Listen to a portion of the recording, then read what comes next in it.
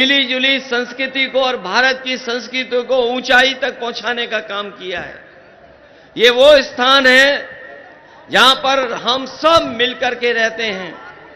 वहीं हम आपसे निवेदन करने आए हैं, जहां हमारे बगल में,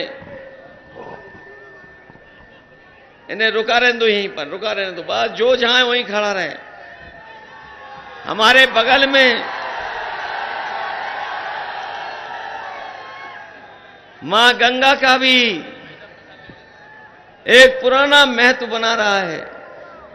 इसलिए जहां आज तीसरे चरण के लिए हम आप लोगों से मतदान के लिए अपील करने आए हैं, वहीं आप लोगों ने जाना होगा और जानकारी मिल गई होगी कि पहले चरण से ही इंडिया गठबंधन बढ़त बना चुका है और जो पश्चिम से हवा चली है, जो अब इस क्षेत्र से गुजर करके जाएगा चुनाव, हमें पूरा भरोसा यहां के किसान नौजवान मिलकर के भारतीय जनता पार्टी का पूरा सफाया करने का काम करेंगे।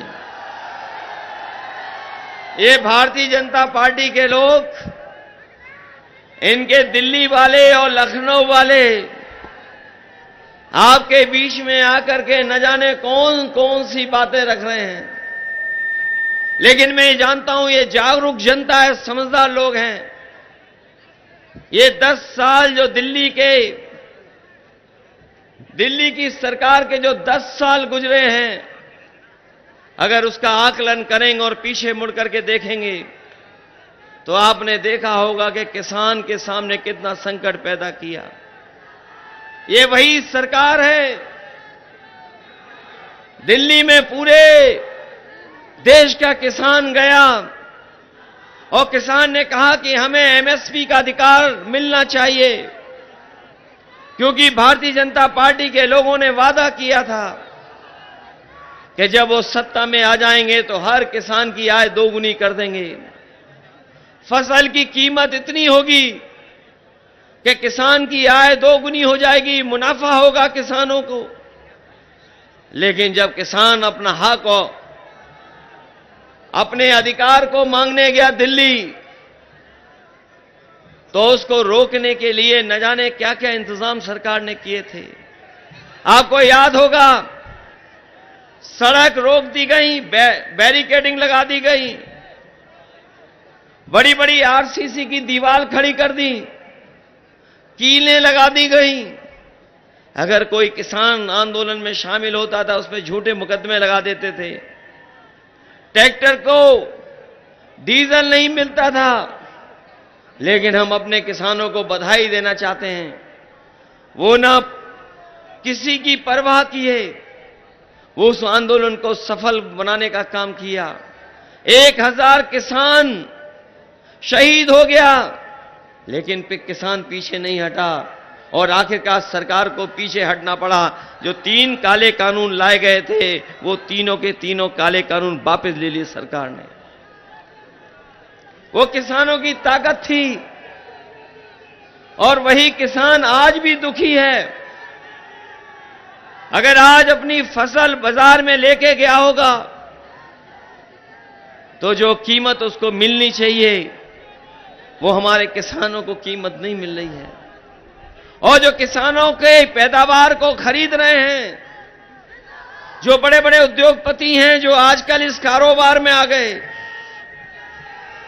उन्होंने किसानों की फसल को अपनी नई नई बड़ी बड़ी गोदामें बनवा ली हैं। वहां पर फसल को, पैदावार को रख करके बाजार को नियंत्रण करने का काम कर रहे हैं। जब किसान की फसल तैयार रहती है, ये सस्ते दामों में खरीद रहे हैं, और जब बाजार में भाव बढ़ जाता है तो यही लोग उद्योगपति मुनाफा कमा रहे हैं।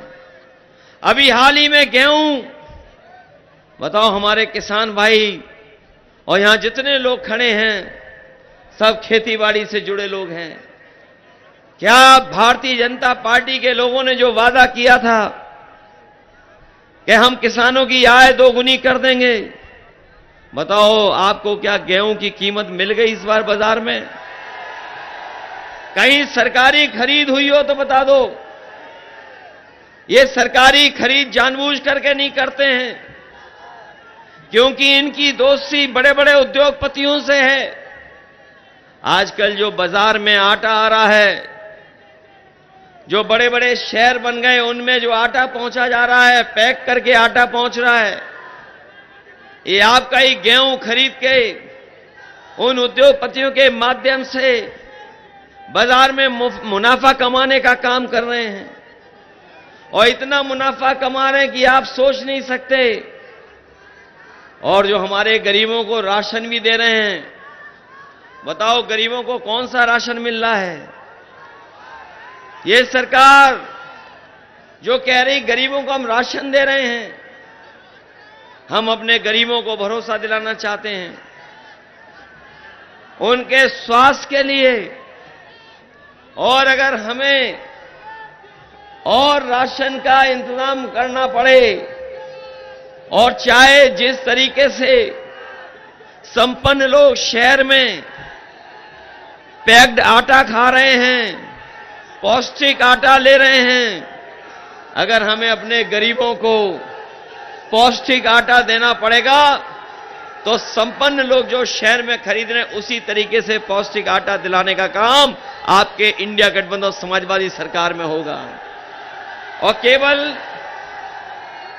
आटा से काम नहीं चलेगा, ये जमाना डाटा का भी है। डाटा तो न केवल अपने गरीबों को हम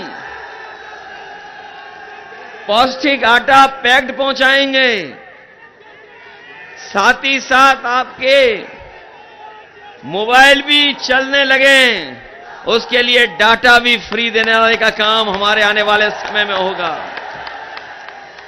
और इसलिए जरूरी है, याद होगा आपको कि जब कोरोना आया था तो संपन्न लोगों के परिवार के बच्चे तो पढ़ लिख लिए थे, क्योंकि ऑनलाइन पढ़ाई हो जा रही थी। जिनके पास अच्छे मोबाइल थे, इंटरनेट था, लैपटॉप था, उनके बच्चे तो ऑनलाइन पढ़ सकते थे। हमारे नौजवान जानते होंगे आजकल बहुत सारी पढ़ाई, बहुत सारी जानकारी, बहुत सारी सुविधाएं ऑनलाइन हैं। हमारा गरीब कहां से इंतजाम करेगा?